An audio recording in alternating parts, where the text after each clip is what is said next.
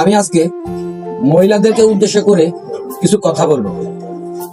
আপনার স্বামী যদি রাগ মেজাজের হয় অথবা গরম হয়, ঘরের ভিতরে এলোমেলো দেখে যদি আপনাকে কোনো কথা বলে, তাহলে এই স্বামীকে বসে আনার জন্য আপনাকে কিছু পথ অবলম্বন করতে হবে। কি করতে হবে?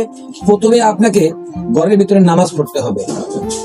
আর নামাজ পড়লে আপনার স্বামী বাইরে যত কষ্টের কাজে করে আসুক না কেন, ঘরে এসে যদি দেখে যে আপনি নামাজ পড়তেছেন বা তবজি তালিম করতেছেন, তাইলে পৃথিবীর এমন কোন স্বামী নাই যে আপনাকে গালমন্দ করে বা বাজে কথা বলে বা মারধর করে। তারপরে আপনাকে কি করতে হবে?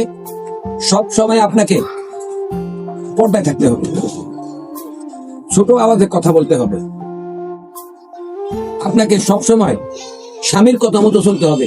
কোনো সময় আপনি স্বামীর সাথে তর্কে যাবেন না। আপনার স্বামী যদি বলে যে এটা রাইট না, তাহলে আপনিও বলবেন এটা রাইট না।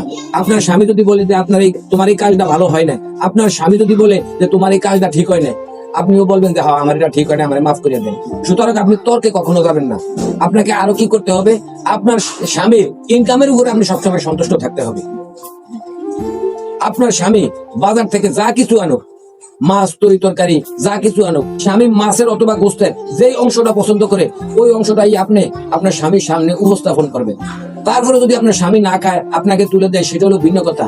আপনার স্বামী যেই প্লেটে ভাত খাওয়া পছন্দ করে আপনি সেটাই করবেন, এবং যেই গ্লাসে পানি খাওয়া পছন্দ করে আপনি সেটাই করবেন। আপনার স্বামী যদি কোনো সময় বাসায় এসে ক্লান্ত হইয়া উজু করে না ঘুমায়, তাহলে আপনি কি করবেন? আপনি তার পাওটা বাইরে নিয়ে টাকার ভিতরে পানি দিয়া পাও ধোয়া তাকে শান্তি মতো ঘুমাতে দিবেন। সুতরাং তাকে আপনি বিরক্ত করবেন না। তাইলে দেখবেন যে আপনার সংসারে সুখ কারিক হয়। যদি আমার এই কথাগুলি মেনে চলার পরে যদি আপনার সংসারে সুখ না আসে, তাহলে আমি আর কন্টেন্ট ভিডিও করবো না। তো যাই হোক, আমার এই কথাগুলি যদি ভালো লেগে থাকে তাহলে কমেন্টের মাধ্যমে অবশ্যই জানাইবেন। পরবর্তীতে আপনাদের জন্য আবার নতুন কোনো কথা নিয়ে আপনাদের মাঝে উপস্থিত হবে। সবাই ভালো থাকেন, সুস্থ থাকেন। খোদা হাফেজ।